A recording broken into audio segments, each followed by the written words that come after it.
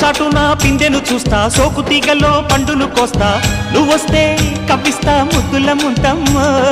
ఉక్కపోతకి ఊపిరి పోస్తా, పక్క మేకకు పంట కట్టిస్తా, ముద్దిస్తే బుక్కిస్తా మద్దెల మోతయ్యో.